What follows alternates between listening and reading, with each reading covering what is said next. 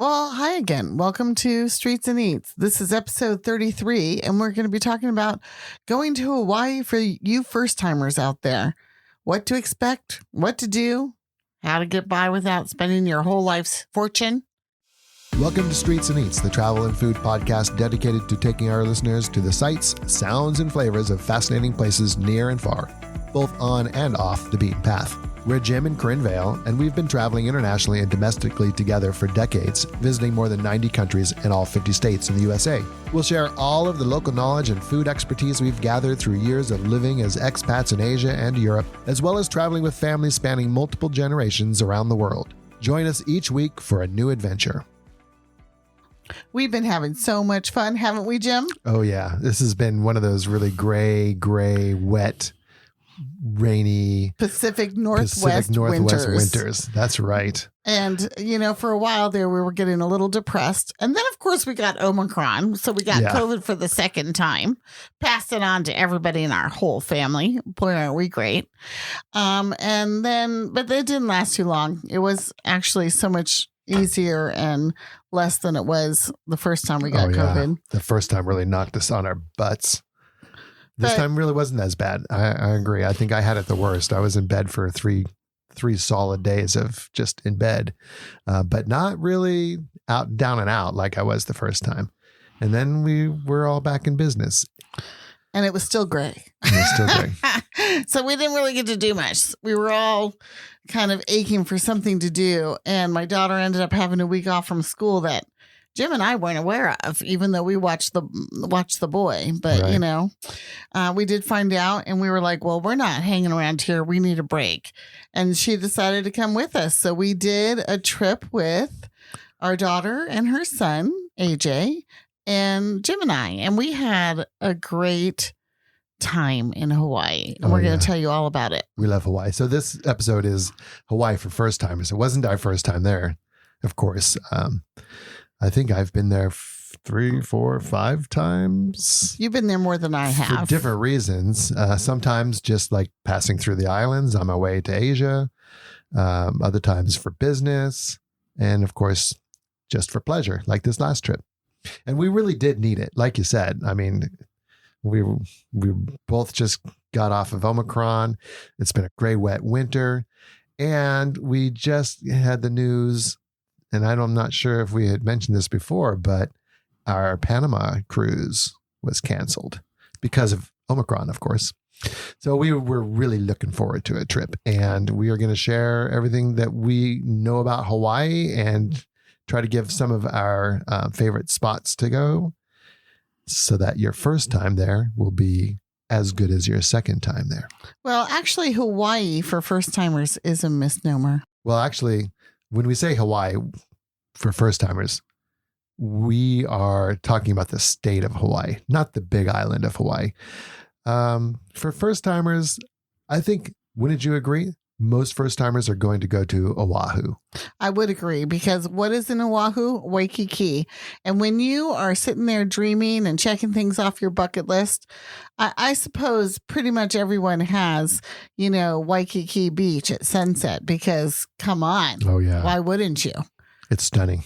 It's stunning. Exactly. And it's the most accessible of the islands. And it's probably the first one that most people are going to go to.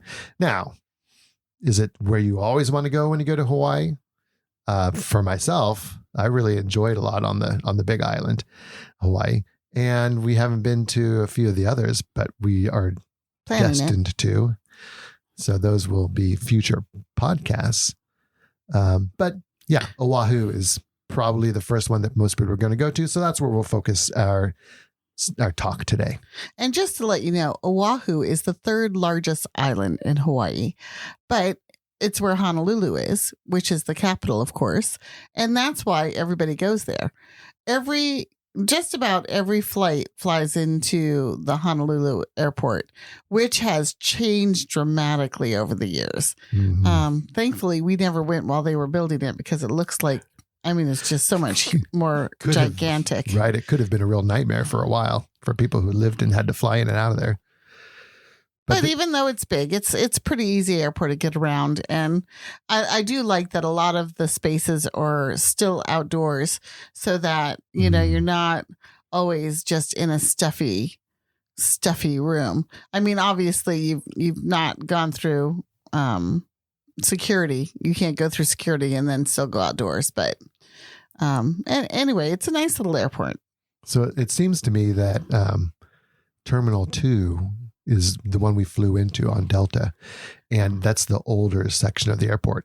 And yeah, walking from the gates to baggage claim, you walk through a beautiful outdoor area. It's like a park. There's a little pond down there. Really, really gorgeous. And that's the Honolulu airport that we kind of fell in love with the first time we flew in, when it used to be a lot smaller. But now it's changed. It's caught up with the times. TSA is TSA everywhere. Oh, yeah. Well, I think the first thing people want to know when going to Hawaii is how can they afford it? Obviously, when you go to Hawaii, you're dreaming of the beaches and the sunsets and, fun in the sun. And a lot of people, when you start looking for places to stay, are going to come up with resorts, as we did, as a matter of fact. Mm-hmm. There are other hotels, but they're not cheap. But they're still not as expensive sometimes as the resorts. What I need to say here is if you're planning a trip to Hawaii, the thing you need to do first and foremost is lock down your dates so that you can start finding your place to stay, your accommodations, as soon as you possibly can. What we did, as I said, we'd had Omicron. So here it is. It's after the beginning of the year, and we decided to go in February. So we didn't give ourselves, I think, more than 2 weeks to plan. Well, that's not the smartest thing to do when you're traveling to Hawaii. Definitely not. Because we could not find anything that was really, more our budget. We are not the strictly hostile type that like to go bare bones and not really have anything. But we do like not to spend our entire budget on a place to stay. What we ended up doing, and I think this is a good option for a lot of people, is we booked a full, what do you call it? A package. I guess, through Expedia. Through Expedia. That's right. Correct. Well, you can talk about that, Jim, because you actually did it. Okay. Yeah. Well, we went through everything, like we said, 2 weeks before the trip, which everybody knows, of course. You don't need a podcaster to tell you that that's not the ideal time to plan a trip, but that's what happens sometimes. And if you're as cranky and tired and I would say almost depressed as we were, it's worth it. So do what you need to do. Don't look at it and say, well, we're 2 weeks out. It's going to be more expensive. It's going to be hard to find places. Let's just not do it. No. You still take the trip for sure. And that's what we did. And we loved it. But so I went on all my usual ones that I used for looking for cheaper airline tickets. And the best that I was coming up with, again, looking for a flight 2 weeks out, was around $1,400 a piece. Well, we were also traveling on the weekends. Yep. Sometimes if you travel midweek, you might be able to bring it down some, but Definitely. I don't know how much. But a lot of people have work. That's why you can't. That's why it is expensive. Yeah. So we were time restricted as well. Like you're saying, we had to fly Saturday to Saturday. That was our window. I think we ended up flying Sunday to Saturday because it was I think about $60 cheaper to fly on Sunday each. So in the end, we looked at those prices and then we started looking at hotels, and there were not many hotels available at that time. And then Erica actually had popped into her Expedia account and just looked at some things in there and found the package in there. They were kind of selling it as a special deal. It did end up saving us a little bit of money in the long run.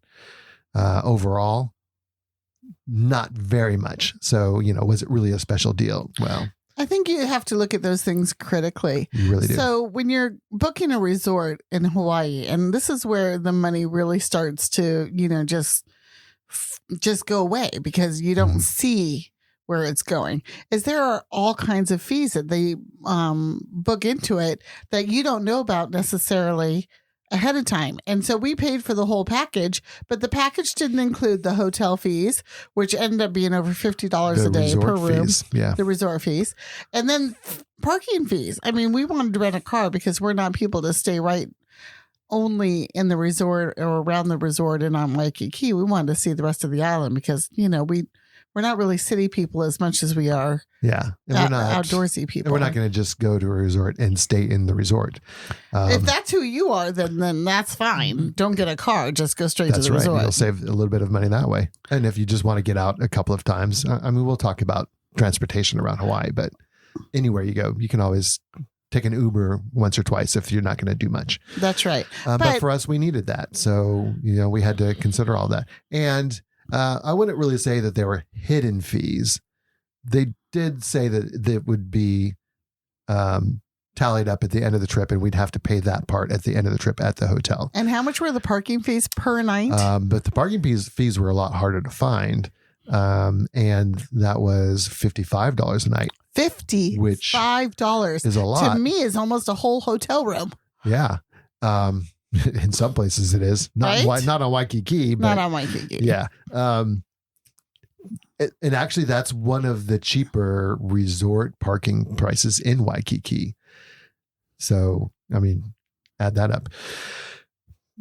And there are ways around that. And we'll talk about that also when we talk about transportation, to help kind of reduce those costs, those parking costs and driving costs. But really what we want to say is we did stay at the resort. We stayed at the Hawaii Hilton, which is right next to the Halikoa, and it's right on Waikiki. And there are plenty of resorts that you can go to. And it probably is one of the more affordable resorts. Mm-hmm. We had a very nice room. It was very clean. We had a good view, which we weren't expecting. Yeah, the staff was very friendly and helpful. They did a couple of things for us for special requests that weren't really big things, but were helpful and helped us out quite a bit. And everybody was just really friendly. Now, it's a very large resort. So if you are looking to go there, just be aware that it's large. There's, I think, 3 or 4 different tower blocks of hotel rooms, and there are a lot of people there. So, we really do prefer smaller hotels, not necessarily boutique hotels, but smaller hotels. Family run if possible. Waikiki is difficult to do, but and we always try to find those, even if we don't get a chance to stay in one, we still try and look them up and give recommendations for places that we would stay in the future that kind of meet those requirements. So we'll list some of those on our website. So the things that the resorts give you is it's kind of an all-in-one deal, right? Mm-hmm. You get there, you have your room. There's, in this case at the Hawaiian Hilton, there's multiple pools. There's a sort of man-made lagoon where you had these big bicycles with huge tires that you could ride on, and as well as other stuff. You're right on the beach, like I said, so you can go right down to the beach without having to take a bunch of stuff or any transportation. And of course, there's tons of stores and restaurants around, but they're all none of it is local. All of it is big business, chain restaurants, part of the hotel, round tables and Starbucks, and I don't even know what else because we tried not to eat there. 1 or 2 Hawaiian dinner plate type restaurants on the grounds too. So there were some local options, but mostly it was, like you said, the bigger kind of brought in. But you could go to a luau right there, which most people want to do if they go to Hawaii. And I would say as a first timer, it's probably one of the most popular things that people do. We did not do a luau this time because I think that there's better food other places, and you can see hula all over the place for free. So for a picnic, buffet dinner, and a hula dance, I personally feel that they're charging outrageous prices for them, and it's not something I'm interested in. but I've done it too. So, I mean, that's hard to say because I think a first timer wants to do that. That's what you think of when you think of Hawaii. Yeah. But there are other places to do it. Again, that's something I would do a little research on whether you want to go to the Polynesian Center or stay at your hotel and do it, or go to the Hawaiian Hilton, which I guess is one that people go to from all over. We just happen to be staying there. Then, I mean, you're going to have a good time if that's what you want to do. And you'll get a lay and you'll get to try the foods. The food's good. And it's a good time.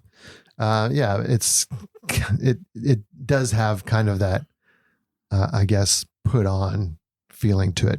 I mean, that's what they're doing. They're putting on the show for you. So the resort, offers you a lot of amenities. That's what you're paying those resort fees for. And there's plenty of resorts to choose from. If you really want to go budget, I would, like I said, look at Airbnb, look at the hotels that are not on the beach and maybe not right in Honolulu, because the island itself is very small and easy to get around. So if you can stay somewhere else, maybe that's a good idea.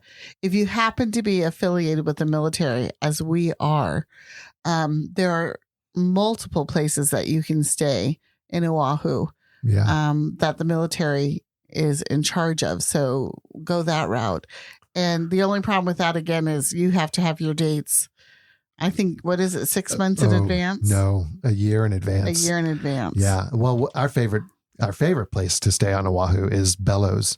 It's an Air Force station, old Air Force station. And they have some old housing buildings, some cottages, they call them, that are like right on the beach. And it's a beautiful beach. It's on an Air Force base. So it's not public and it's not crowded ever. And it's just a beautiful location. It's on the windward side of the island, which I find the weather's a little bit better out there. It's our favorite place. But we were looking at booking a cottage there for next February, assuming that we'll have that same break next year. And went in at the end of February to see if we could reserve for the following year in February. Too late. Already booked out. So yeah. If you want to go that route, if you're able to go that route, the Halekoa, Bellows, there's Navy Gateway Inns in Pearl Harbor. There's lodging on Hickam Air Force Base. There's actually, like you said, there's a lot of good options, really affordable lodging there. Bellows being the number one, but you really do need to make it out as early as they will let you. So big takeaway, biggest tip for planning a trip to Oahu is to do it as early as possible, a good year to year and a half out, so that you can get the better prices and you can plan everything and have everything set so that you're not paying, last minute prices. Well, speaking of how long in advance you should do it, since you're planning it well in advance, you should also think about the best time of year to go. And we went in February, which is winter time, even there. It's close to the equator, but it's still north of the equator. And for me, it's really kind of the perfect time to go. It's the rainy season. It is the rainy season. It's going to rain pretty much every day, at least a little bit, depending. But the rain there isn't like what I would consider rain, or at least what we experienced. Maybe there are bigger storms sometimes, but during the time that we were there, the rain was basically a heavy mist, and it only lasted, what would you say, like a half an hour here, a half an hour there. Right. We went to the beach every single day, and one day was a little windy and a little bit chillier, but for the most part, it was still great, and we went in the water every single day. So yes. I mean, if you can do that in midwinter in the rainy season, you can do it anytime. And if you like warmer temperatures, then, really you can go more towards the summer or the fall. Well, the great thing about it is it doesn't ever really get super hot. The highs, it's going to be between 80 and 90 degrees, no matter what time of year you go. Of course, lower in the wintertime, higher in the summertime. And the lows between 65 and 75.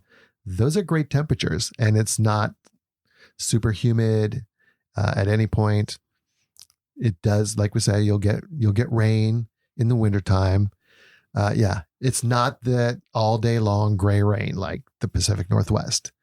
It's beautiful, cloudy, sunshiny days with some rain in the afternoon or maybe in the morning that just kind of goes through. So yeah, it's really not bad. When you're talking about the number of visitors there, again, winter is of course going to be the lower season. And although there were thousands of people there while we were there. A lot of people the plane there. Was packed both directions. Oh yeah, every seat filled. But according to the data from the Honolulu visitors website, February and November, I believe, were the months that have the fewest number of visitors. So it's still a lot of visitors, but it's not the peak season. Prices are maybe a little bit better. Availability is a little bit better. The beaches aren't as crowded. It's in February, especially, it's kind of getting to be the end of winter. And I don't know. It's just a beautiful time of year. I think for me, the weather is perfect. It was gorgeous. And I have to say, my photos had a lot more clouds in them. Too much cloud cover for my liking. Yeah. I like sporadic clouds, but not necessarily all clouds. But other than that, I was very happy with the weather as well. So anyway, and we went, like we said, in one of the harshest times of the year. So if you can handle it in February, hey, go in February. Yep. There's a lot of things that people want to do. Like I said, a luau is definitely one of them. Getting to see some hula dancing, of course, is another one. And they have lots of places that you can see that for free. Walking on Waikiki during the evening or going to the malls and some places that just always do that. So if you want to see some hula or take hula lessons even, that's available. And that's very Hawaiian. So that's kind of nice to do.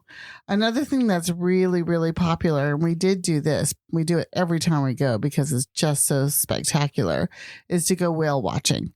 And we ended up booking it on Groupon, and we ended up getting, I think, a 15% discount or something? Oh, yeah. It was more than that, 30%. Oh, 30%. It was really a great price. And that's, probably the best tip for last minute if you do have to go last minute. But even if you're going not last minute, I mean, just keep an eye out for good Groupon. deals. That's right. Yeah. We also used Groupon for a museum, and I think that was it for this trip. But yeah, that's a great tip. Keep your eye on Groupon. The whale watching we went on was with Pink Sails, and it went right out of the Ala Moana, I think it is, if I'm saying that right, harbor, which was right at the end of the north end of Waikiki. Well, it was right next to our hotel. Right we near could our easily hotel. walk to it if we wanted to. Free parking out in front of it, so you didn't have to worry about that. No, was it free? No, it's $1 an hour for that parking. $1 an hour compared to those resort parking fees. So, yeah. And we went out on a catamaran with, I would say, what was it, 30 people? I would say about 30 people. There was enough to go out and have a good time without being too many. Yeah. The front of the boat, we pretty much hung out on the back of the boat. But the front of the boat did get a little bit busy, I guess. Mm-hmm. And of course, the inside, people were in and out of the inside because there was a bar down there and some snacks and stuff. And the bathrooms. But we all went, and it was about, was it 2 or 3 hours? 2 hours. I think it went a little long because we did see whales, and it was hard to leave those whales. Hard to leave the whales because they were at the end, so... Yeah. And we end up having really good views of a mother whale and a calf that both of them kept breaching. Yes. Over and over and over again. And it was so special that the guys on the boat, the crew, got their phones out, were taking pictures. And that means that they hadn't seen much of that before. They were pretty excited.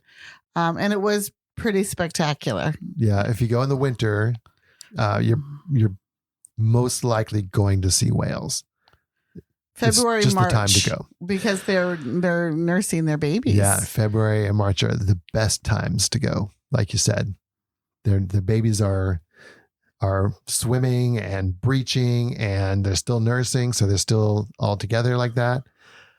Really active. Some of the most, like you said, some of the most incredible breaching we've seen ever. Now, we've also done whale watching from the shore. So if you're heading south out of Waikiki along the coast down towards Cocoa Head in that area, keep your eyes out, especially down around Blowhole.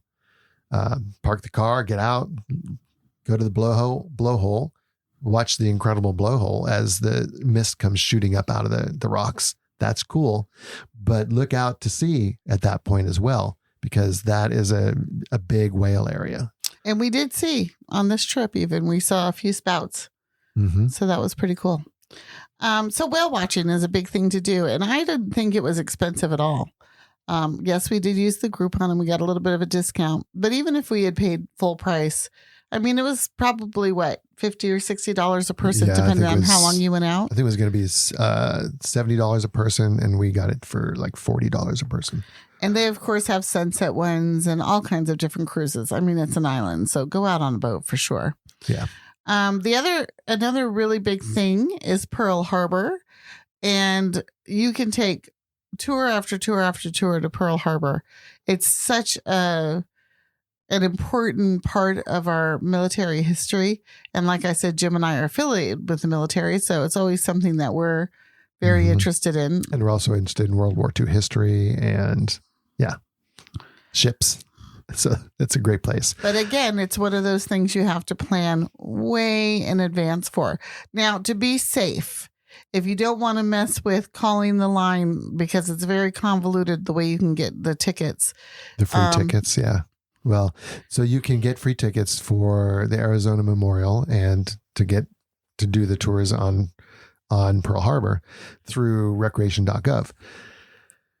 The problem is there's only a handful of tickets and for each day, and it's a timing thing. So you've got to either do it well in advance, like we said earlier, or the day before that you want to go.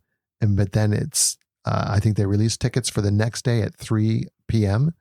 Hawaii time each day.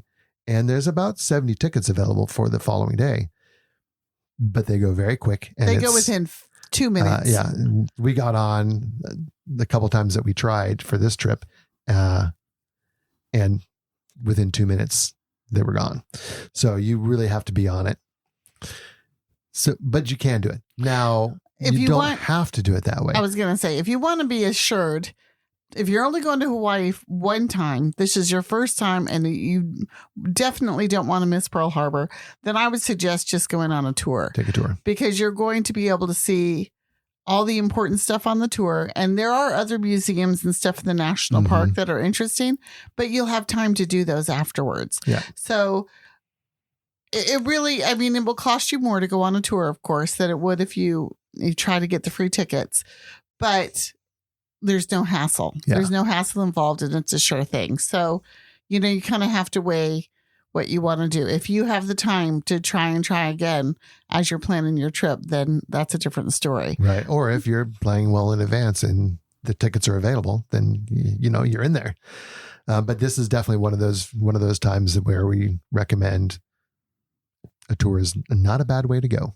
It's a good way to go. Get Your Guide has some good tours that you can book. Exactly. Now, another place that we had never been before was the Bishop Museum, which is really the big museum about the history and art of really all of Hawaii. And I was blown away. I was blown away by this museum. It was fantastic. We spent, I don't know, I think we were there a good 3 hours. Oh, yeah. And we did not see everything. The main hall, the first hall that you go to, is the history hall, and it tells all about Native Hawaiians and the Polynesian culture. And it has, a boat, an outrigger boat. It has a hut. It has the history of the islands. It has the lineage of the royalty. It's just really well done and beautiful. You walk in and just the building itself, the architecture is gorgeous, and inside there's all this beautiful wood cabinets. It's just beautiful. It's something you really need to do. And then here we are, we're dragging our 2-year-old grandson around, and he's enjoying it because it's that enjoyable. I mean, there was enough there to keep him busy, like instruments to play and, things that you could touch. So it was interesting anyway. But after we were done with that main hall, we went to the discovery part of the science part of the museum.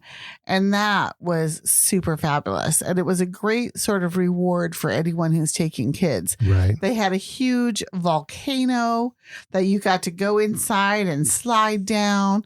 You got to make lava come up from a hole.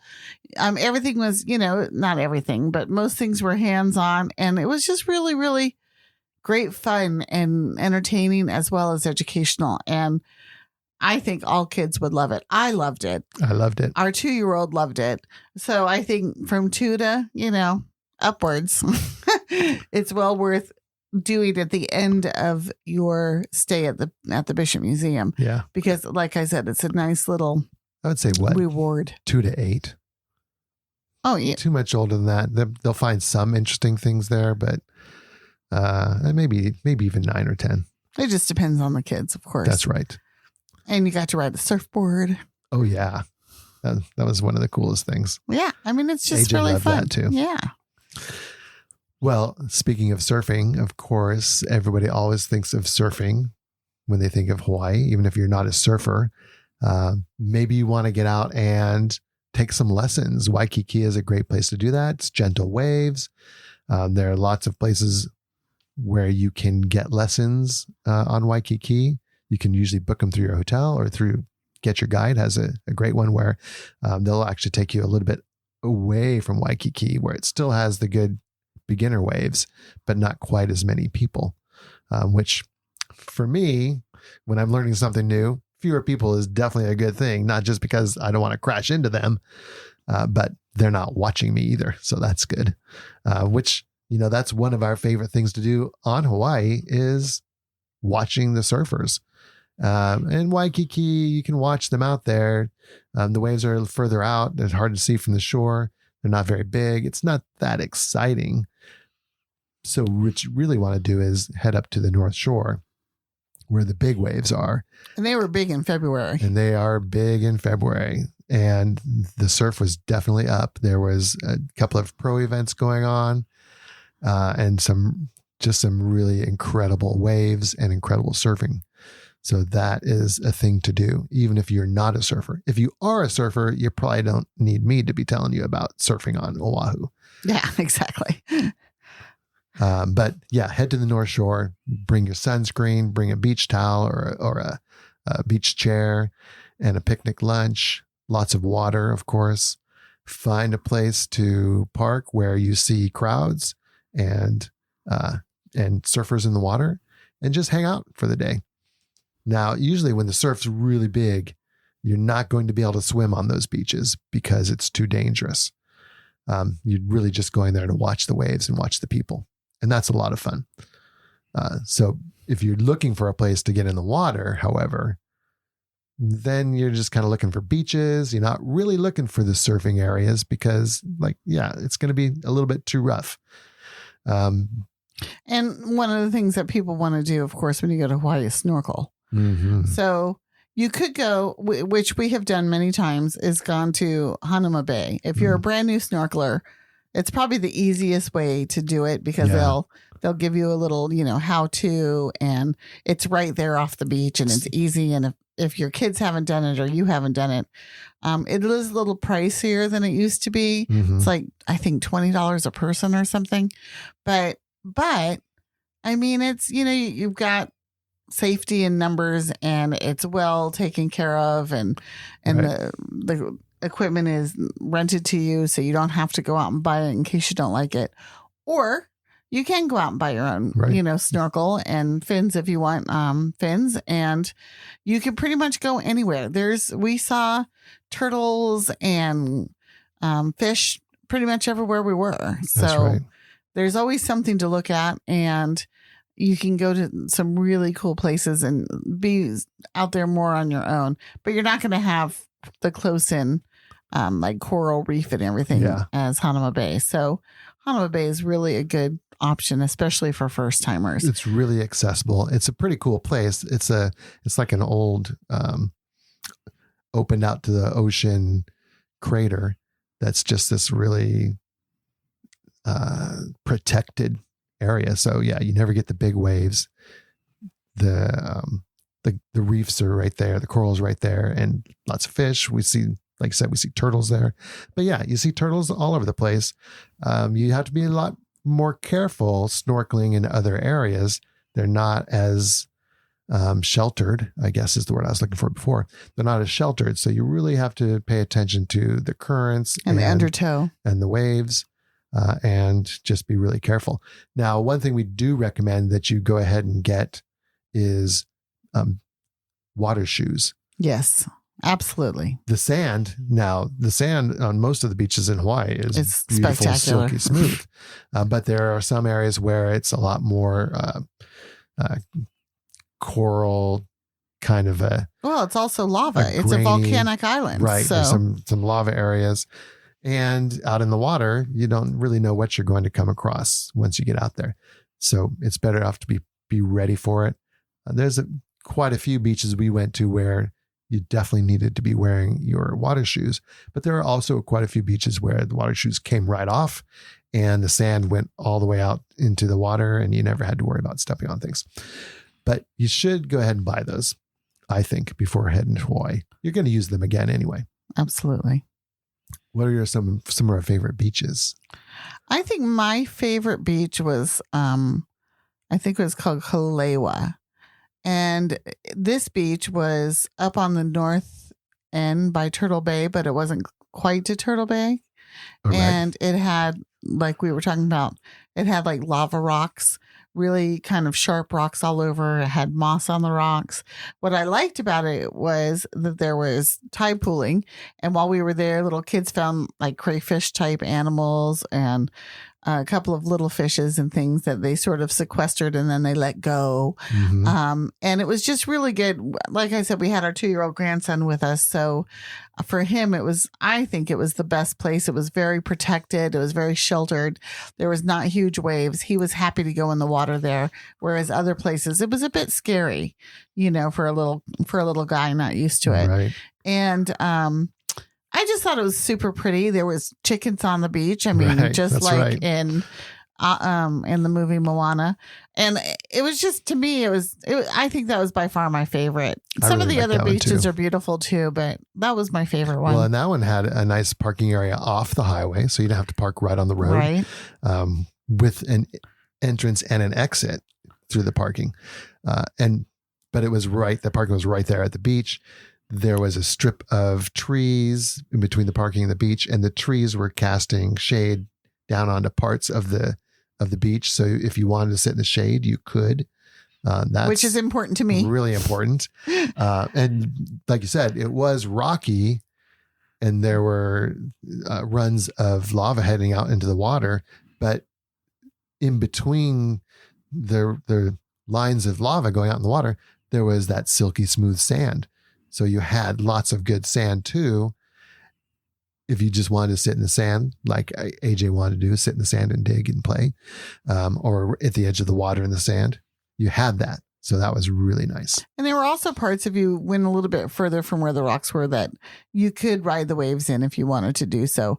But I wouldn't say there were as good a waves for body surfing or just, jumping the waves like kids like to do. Yeah. That other places in the island and the north side of the island, there were tons of waves. So you had your choice. Yeah. But what I would suggest when it comes to beaches is, the whole island, it's an island. Mm-hmm. There's hundreds of, I don't know how many specifically beaches there are, but a lot. And they've all got their good things to do. They're beautiful. Some have parks that are attached to them. Some have great, facilities as far as picnic tables or grills and fleshing bathrooms. And others are down to like the one I said is my favorite, really just had a porta potty in a parking lot. Right. And it was really great for families though, with small kids especially. And we were not the only family there. There was quite a few, I would say 5 or 6. So it wasn't like it was too crowded either. We went to another beach on the last day we were there. Do you remember the name of that beach, Jim? With the swing? Yeah, where the swing was? Oh, yeah. Punaluu Beach. That one was huge. I mean, there must have been at least 5 kilometers of walking beach. And it was there. We saw 4 other people there. Yeah. They were all up on the North Shore where the waves were and watching the surfing or somewhere else, who knows. But that was a gorgeous day. It's in the northeast shore. So you've come around the top of the island and working your way down the east. So you're heading towards windward. You get some of the wind coming in. The weather is a little bit better. You get the clouds coming over and a little bit of surf. There's a reef really far out to really break up the big waves, but it's far enough out that they can still build up some smaller waves. Nothing huge, but you're in the ocean. So it's a really good place for kids, especially. And so there was no problem getting parking right where we were, and it was free. Mm-hmm. And we went out there, and like Jim was mentioning with the other beach, this had shade trees up to about, I would say, right up to the beach. Right up to the beach. Up to the sand started. And so it was really nice. We laid our blanket where we were sitting. We laid it right in some grass, right half grass and half sand, right in the shade. It was perfect. It was perfect. It was absolutely perfect. So that was another one that I really, really enjoyed. But really, I enjoyed them all. I mean, Bellows is gorgeous. The North Shore, Bellows is not far from Lanakai, which is a turtle beach, but it gets kind of busy. And of course, we always go to Bellows where we see turtles pretty much every time we've gone. Yeah. It's not really a snorkeling beach. It's not a surfing beach necessarily, but it is a beach that's going to have pretty good waves for playing in. Almost every time you go. And even if you don't have a military affiliation, on the weekdays, on the weekends, there's a public beach that is open. On the weekdays, they close it down in case the military wants to use it, I guess. But during the weekends, it's open to the public. And we did go there on Friday, which is the beginning of the weekend, and it was packing up. So people know the secret. Mm-hmm. It's a beautiful area, and the water is the most amazing turquoise blue I've ever seen. Yeah, it's just beautiful. It's just stunning.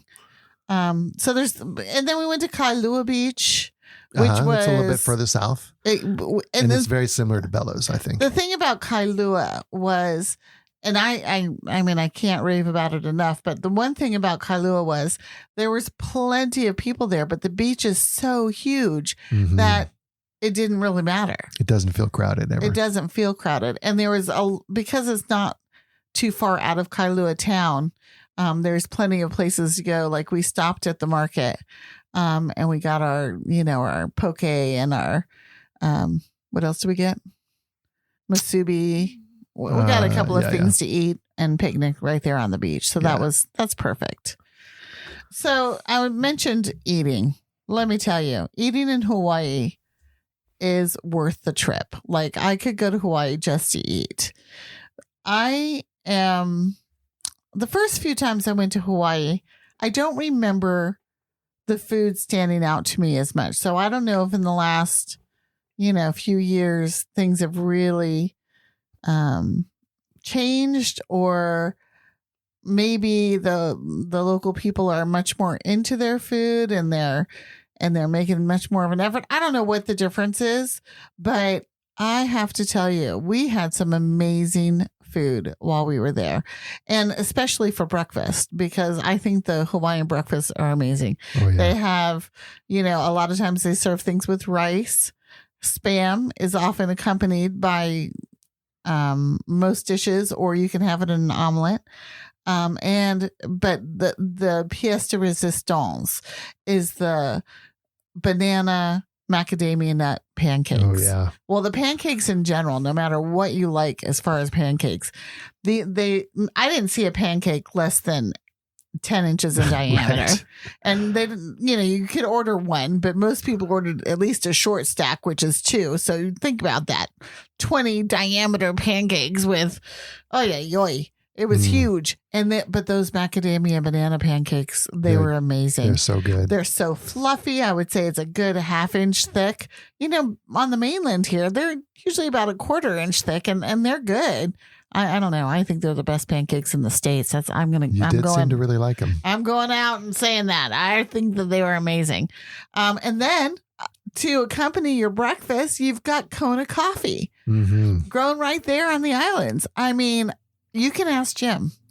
It was pretty. It was quite an experience for me. Kona coffee, was definitely one of our favorites, I think. Yeah, Kona coffee. Oh gosh, delicious. Our best breakfast, I think, was the last day.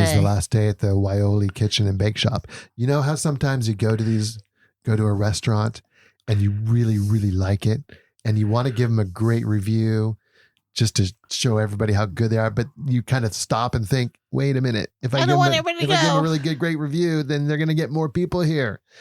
It's kind of that dilemma with the Waioli Kitchen and Bake Shop. It is just a fantastic venue. It's in the original, the old Salvation Army, I guess, headquarters. Well, Salvation Army headquarters on Oahu. It's a heritage building. It's a beautiful landscape, Hawaiian garden area with birds all over the place. And an open concept kitchen area. You order at the counter like most of Hawaii. And they bring you the food to your table. There's inside seating. There's outside seating on the lanai. It's just a beautiful place. And the food was amazing. The loco mocha there, which usually loco mocha is like a grilled ground beef patty with brown gravy, fried eggs, all over rice. Well, here at the Waioli, it is a braised short rib with eggs as you want them over rice with a demi-glace sauce. And it was incredible. Incredible is right. Just delicious. The baked goods are fantastic. The scones, I think I would just go there. If you're not going to go there for anything else, go for a scone and coffee. Or if you don't want to wait, because if you get there too late, you're going to have to wait for a table, even though there's plenty of seating. There's just so many people that go there because it's such an amazing place. But we had straight out of the oven a mango scone. Oh, yeah. I mean, orgasmic. It was great. It was really good. Breakfast on the islands is always great. Plate lunches is a cheap way to go to get a big meal that's going to be pretty good. I think plate lunch probably exists for people who are out in the surf all day long. Right. Because you get your meat, you get your rice, and you get your what is that, macaroni salad, basically noodles and mayonnaise. Mm-hmm. And it's pretty cheap, and they're popular all over the place. It is not my favorite thing, but most people tended to like them. I think I think it depends on where you go and how much you try it, and I ate way too much rice. I love rice. But, oh my gosh, there is a lot of rice in Hawaii. What I really liked about the rice options in Oahu, at least, the fried rice. It wasn't just white rice. You could almost always get a fried rice instead, or a kimchi fried rice for a little bit more. And I always found the kimchi fried rice was really good. Yeah, I would eat that just by itself. I do agree with that. Of course, everybody's heard of the garlic shrimp on the North Shore. You can see the shrimp trucks in the little places to get shrimp all up and down the north part of the island. And it is delicious. It's well worth its reputation. I think they're all basically the same. But anyone you try is really, really worth it. I think one of the best things we had was on the Kamehameha Highway coming over to the north side and then down the east side. You're going to be driving through a lot of really very small village type residential open areas with beaches. You're far from the resort areas and hotels. You're not going to see that stuff on the north and the east side, which is really cool.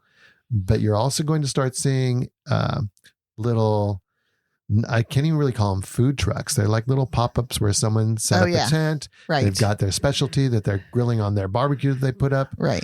And we had huli chicken. Huli chicken, which was incredible. Whole chicken, spit, and then roasted over barbecue with huli sauce, apparently.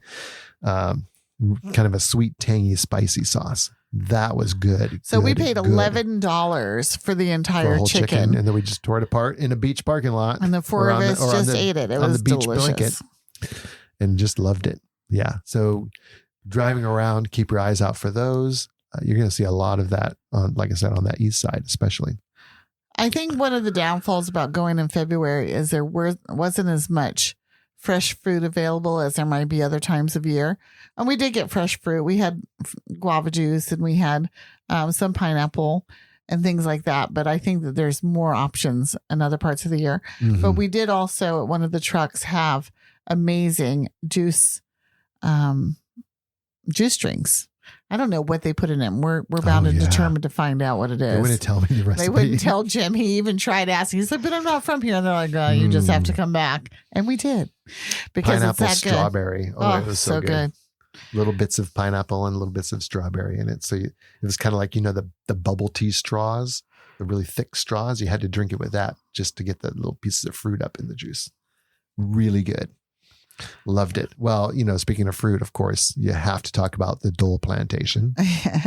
Which, unless you have little kids, you don't need to spend much time at. But you know what you do need to get is a Dole whip. That's why you go there. If you do have kids, definitely go on the train. Kids are going to love that. It takes you through some of the plantation. You'll see pineapple fields and you'll see a lot of the garden area, which is really cool. But it's a great thing for kids mostly, but definitely get a Dole Whip. I think the one we liked the best was the float, which was the pineapple soft serve in a cup with fresh pineapple juice. And then I would go one step further and get the crushed pineapple on top of it. Now you could get chocolate and things like that on it too, but I'm kind of a purist when it comes to that. Well, we did the pineapple trifecta. It was delicious. It was really, really good. Yeah. In fact, so good that we found that they had it at the Polynesian Center as well. So we stopped in there and picked up a cup one day. They do have it, I think, someplace on Waikiki as well. Yeah, there's a whip shop there too. Dole Whip, don't leave the island without it. I mean, without trying it. It's delicious.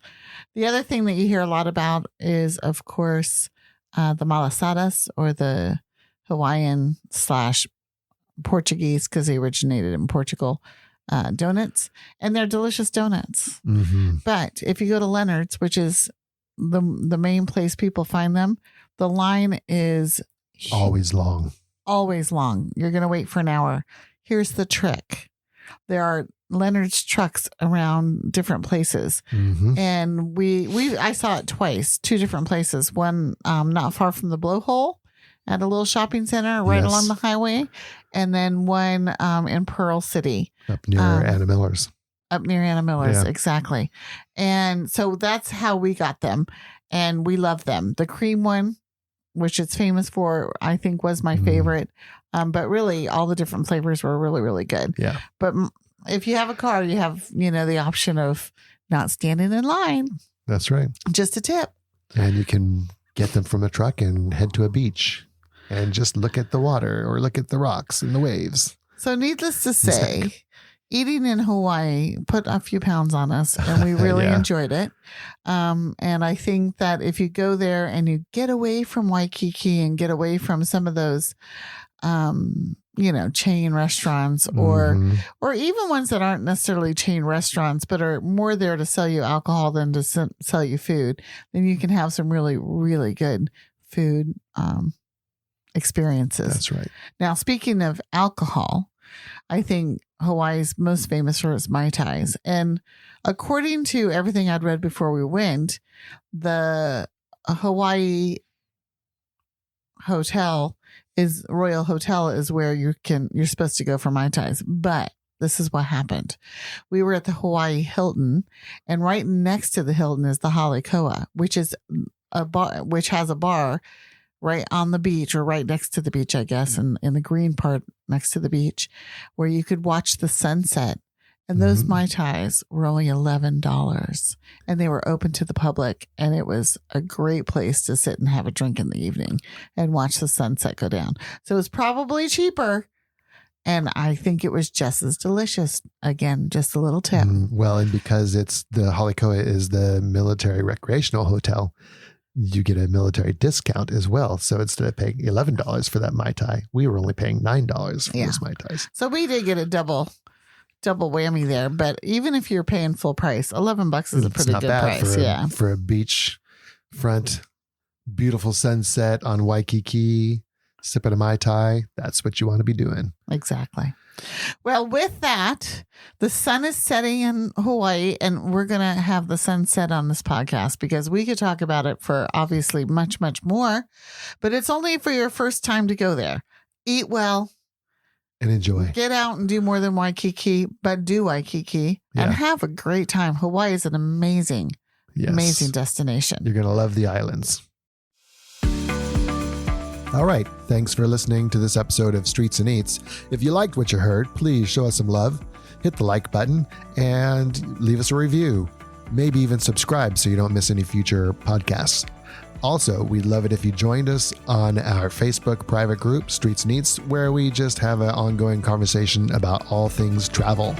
Ciao for now.